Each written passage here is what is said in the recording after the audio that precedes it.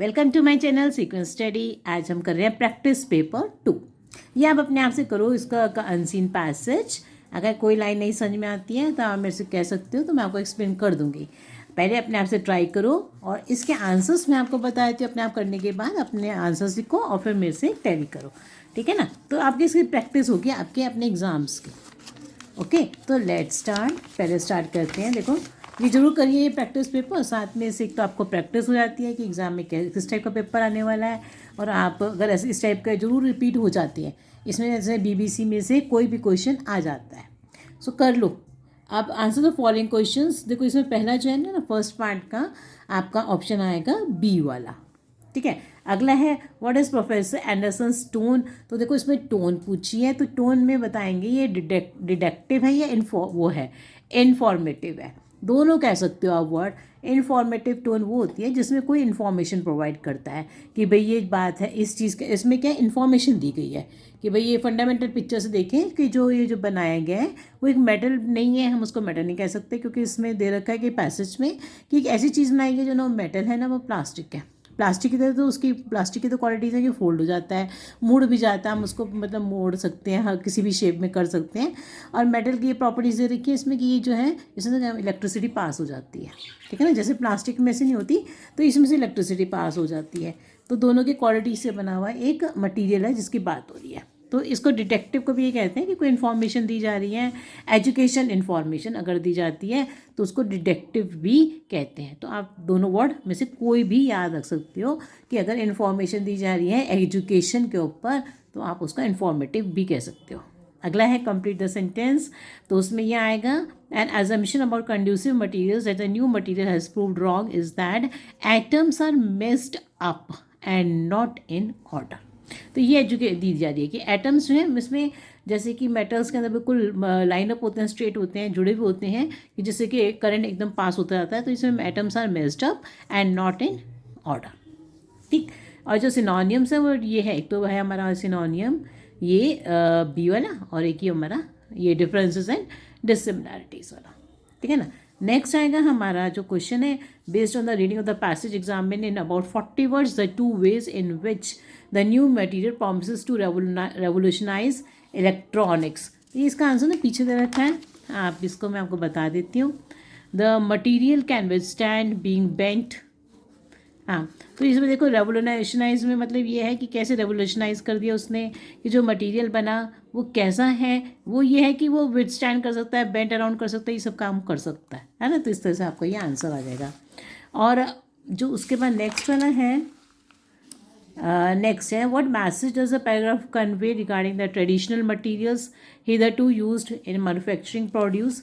तो जो मतलब जो उनका ट्रेडिशनल का था वो ये था, limited by the fact that metals, जो ये फैक्ट था कि जो ट्रेडिशनल में कि भाई जो मेटल्स हैं, limited by the fact that metal must be melted into right shape which can cause problems for other components, but the new material can be made at room temperature and so poses less risk। तो इसमें देखो, इसमें ये बताना है कि जो नया वाला आया ना, नया वाला जो आया है उसमें अंदर जो बनाया उन्होंने, वो कह रहे हैं कि जो पहले ट्रेडिशन बात थी कि जो मेटल को मेल्ट करना पड़ता था और वो जो है उसको क्या इनटू द राइट शेप में करते करते उससे कोई प्रॉब्लम्स भी हो जाती थी दूसरे कंपोनेंट्स के लिए।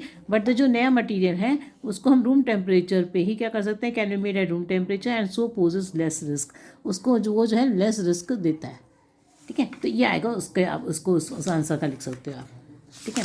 नेक्स्ट आता है हमारा, नए आंसर समझ में आते हैं तो मैं आपको दोबारा से फिर लिख कर बता दूँगी। अब जो पोडो होता है ना, वो बच्चों का जो क्ले वाला खिलौना आता है जिसको ले लेके वो कभी घर सा बना लें, चाहे ऐसे मिट्टी टाइप का होता है जिसको तो प्ले डो कहते हैं उसको। तो इसके अंदर उसका मतलब होता है इलास्टिसिटी। किसी भी चीज़ को किसी चीज़ में चेंज कर दो तो वो कैसा है मटीरियल है, इलास्टिक है, ठीक है। नेक्स्ट देखो, ये लाइन्स जो है मैच कर दिए, इट इज़ कहेंगे यहाँ पे यस। तो कैसे कह सकते हो, वो लाइनें जो भी बताई हैं कि जो मटेरियल है इट कैन बी बेंड इन, तो वो ब्रेक नहीं होता। पिछले भाई ये आंसर था कि उसको बेंड कर सकते हैं किसी शेप में, है ना, तो वही आंसर है, तो इसको यस कहेंगे।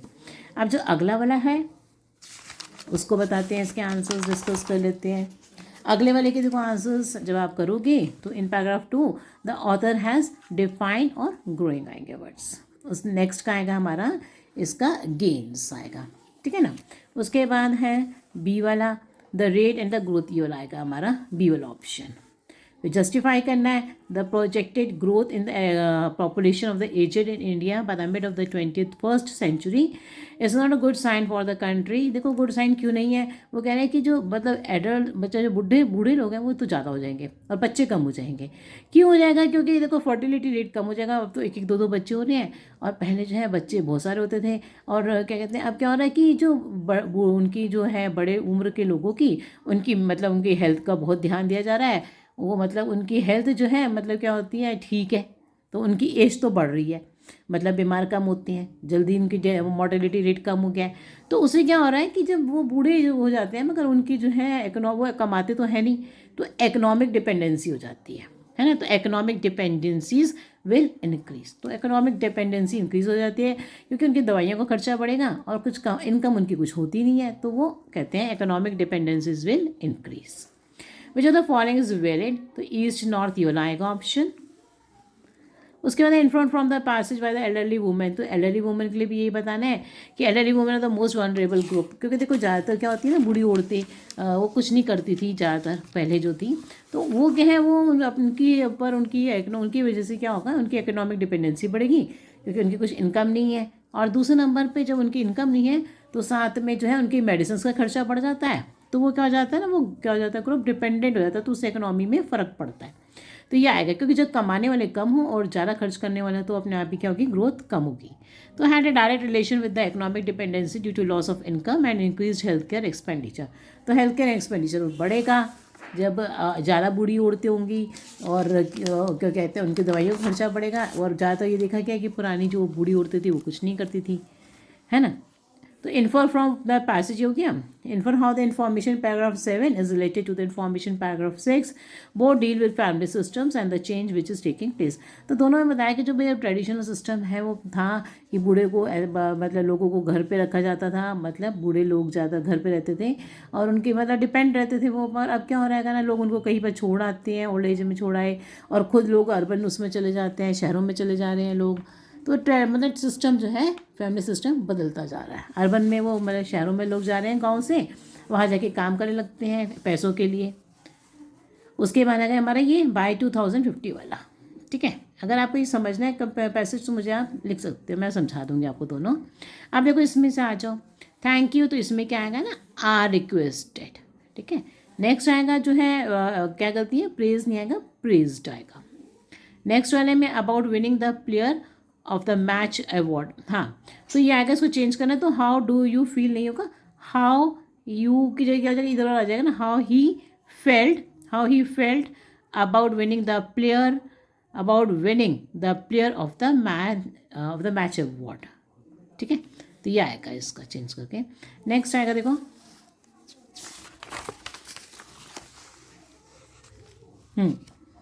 उसके बाद आएगा किट्टी आस्क्ड हर डैड, तो ये ऑप्शन आ जाएगा हमारा सी वाला। नेक्स्ट वाले में आएगा विल, ठीक है। उसके बाद आइए आप, कस्टमर्स नहीं होता, कस्टमर होगा यहाँ पे, बाउंस नहीं बाउंस्ड होगा। लुक्ड अप आएगा अगले वाले में, ठीक है। एक्सप्लेनेशन चाहिए तो बताना। उसके बाद आता है ये वाला, इसको हम चेंज करेंगे, तो इसका जब हम चेंज करेंगे तो ये आएगा लाइक नहीं होगा, यहाँ पे लाइक्ड होगा, ठीक है। तो लाइक्ड हो जाएगा और यहाँ पे he was a great player, ये आ जाएगा। दैट ही लाइक्ड, क्या लिखेंगे, that he liked Lionel Messi the most because he was the, ऐसे करके। नेक्स्ट आएगा इन रिस्पॉन्स टू हिज, अच्छा उसके बाद आएगा वॉज मिस्टेकन। नेक्स्ट आएगा नीड नॉट, और इसमें आएगा सम। So thank you for watching my video. Any problem, ask me in the comment box, but don't forget to subscribe to my channel.